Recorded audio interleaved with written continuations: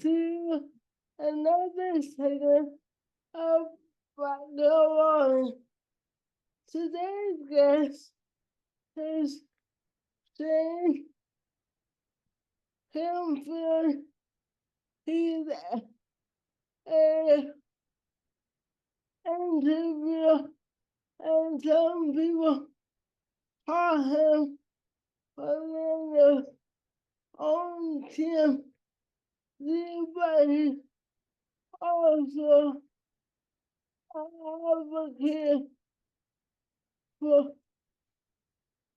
people that are autistic. And we are so lucky to have him as a guest today. Welcome, Shane. Hi, Laquina. Thank you so much for having me. I've been watching all of your other episodes and they're really good. So I'm really thankful to be here. Thank you. Um, Tell me a bit about what you do in the advocacy journey. What I'm doing to advocate? You know, tell me a little bit about your background and your advocacy journey. Oh, yeah, absolutely. So I was diagnosed being on the autism spectrum when I was 8 years old, back in like 2001, 2002. And my mom and dad were like, uh-oh, that's not good. And it would be hard raising me. Unfortunately, my mom and dad ended up passing away. My mom passed away when I was 11.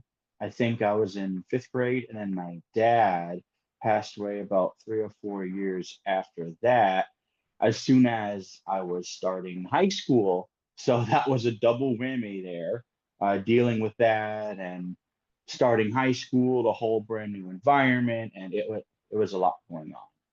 And so finally, instead of me going to the foster care system, a loving family that I've known for a little while who had a son or has a son on the spectrum as well took me in, and they guided me and showed me what's right from wrong. You know what families do.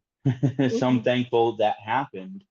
And so ever since, I would say, then, I really wanted to, I guess, give back to my community and kind of like, well, the world. I don't want to just say community because I really want to accomplish a lot being in the motivational speaking group called Hurdle that myself and a fellow autism advocate named Edward Kucher have started. And Hurdle is a acronym for hard work, understanding, realization, determination, leadership, and education. If you apply all five of those concepts, if you will, to your life, I really do think that you can overcome any obstacle and any hurdle. Because having a disability or not, everyone has a hurdle, right? hmm And so the goal, and as you know, Queena, you've been working with us, is to provide the mental health motivation and inspiration to all disabilities across the board. And the end, well, I wouldn't say there's an end goal, but it's like I just want to do the advocacy work, travel to other cities, other states, speaking at different conferences, spreading awareness and just spreading the positivity, you know? I'm glad you brought up Hurdle because the what you do with it is so vital and it's so needed. Can I ask you any more specific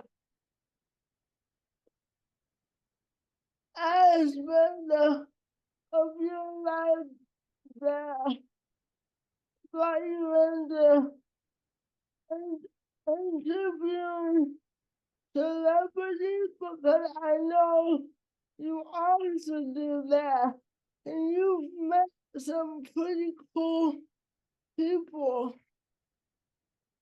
Oh yeah, absolutely.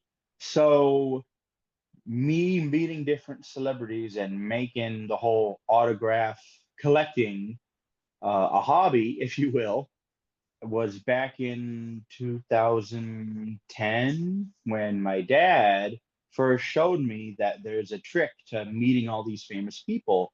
Because at the time, we had tickets to the Lady Gaga concert that was happening at the University of Central Florida. And he's like, "Oh, yeah. Did you know that if you wait by the like back area or loading dock that you could probably meet them, they either like meet you or they don't meet you, they're rude, they're not." And so it unfortunately didn't happen that day, but ever since then, I became hooked. Mm. I just thought that it was really cool that you're able to see your favorite person and celebrity up close like that and even interact with them, even if it's like for less than 30 seconds. I just really enjoy that. And I'm trying to turn that into a mission of mine. I think that's the appropriate word. So it's going to be called Shane's World. And with that, I'm going to be doing different interviews and different pictures with all different kinds of celebrities while raising autism awareness. It's not official yet, but that is what it's going to be under Shane's World. And I'm still trying to iron out all the details, but it's really going to be something special, I think. And I'm just going to try to incorporate maybe donating autographs to different groups and organizations under Shane's World. So there's going to be a lot to it, but those are pretty much the different um, ideas I have for it. We can't wait to hear more about it. And yeah, then you're also combining your love for advocacy with your love for being celebrity. And to that end, I would also like to ask, who's your favorite celebrity Hmm. Oh, who's my favorite celebrity? that you've met so far? Ooh, that is a good question. Oh my gosh. Mhm. I would say, hmm, I want to do two. The first one I would say is Kylie Minogue. I really enjoy her music and her artistry. She has nothing to do with autism, Mhm. but I've listened to her for a good number of years, and it really just meant something to me when that was able to happen. She was playing a concert here in Orlando back in April, and I was kind of starstruck, which that Mhm. rarely happens since I'm kind of very familiar with that environment, but that one kind of got to me. I'm not gonna lie. And then the second one recently, I would say would be Katy Perry. So I didn't well, I guess you could say I met her. So there's a SUV or a car that she was in, and her people, like her management team, got out and brought all of the CDs and all the stuff for her to sign. And she seen me through the window. So, that meant a lot to Mhm. me. And to be honest, that album that I had signed was one of the first autographs I ever tried to get. Like, that was when I was first starting out all this. So to really have that completed, it felt like a real accomplishment. It just felt like something special, if that makes sense. And one of the reasons I was interested in interviewing you, have such a way of connecting people and bringing them together, and it's amazing to see how you've grown. I mean, as content creator and as a advocate, which brings me to my next question. What advice would you give to someone who is interested in doing what you do, whether that be advocating or just learning how to interview people? Oh, yeah, great question. So, my advice would be don't be afraid to try new things. Don't be afraid to come out of your comfort zone because being in your comfort zone, that kind of limits you, I think. And if you step outside of that and you go the extra mile, I think that'll work wonders for you. For example, if you're not used to public speaking or being on camera or really talking to people, if you really want to make that happen, try to overcome that hurdle. And don't be afraid of failure or if you're not going to do something right. Even if something doesn't work out, which I've had to learn, and I'm sure most of us have had to learn, that it's not the end of the world. Get back up and try again. Great advice. I'm sure our community would love this support both Hurdle and Sandra. So Thank you. you're welcome. How can we do that? How can you do that? So go to our websites on Facebook. I think you can attach a link to the video, right? Like in a description. I will do that.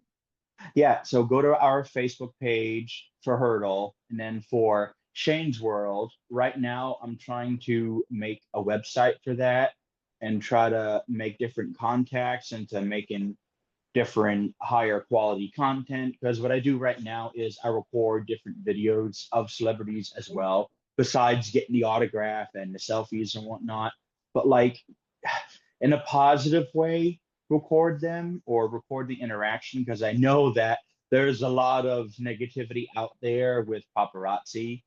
And I don't really consider myself that really. I try to have a more positive approach to it, which is why I want to bring the autism awareness to all of that. Yeah, I get it's not going to be everybody's cup of tea, but hey, I mean, You, if you're not, huh? you're doing what you love. Exactly. And just recently, I heard a really good quote. If you're it's very interesting. If you're not making anybody upset by being who you are, then you're not doing something right, if that makes sense. I love that. I love because we we live to make people sad. I mean, the world would be boring if we didn't think outside the box. Hmm. So, all right, surprise bonus question.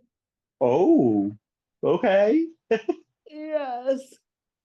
What advice would you give to our younger audience or or to younger Shane if you could? Ooh, I love that one.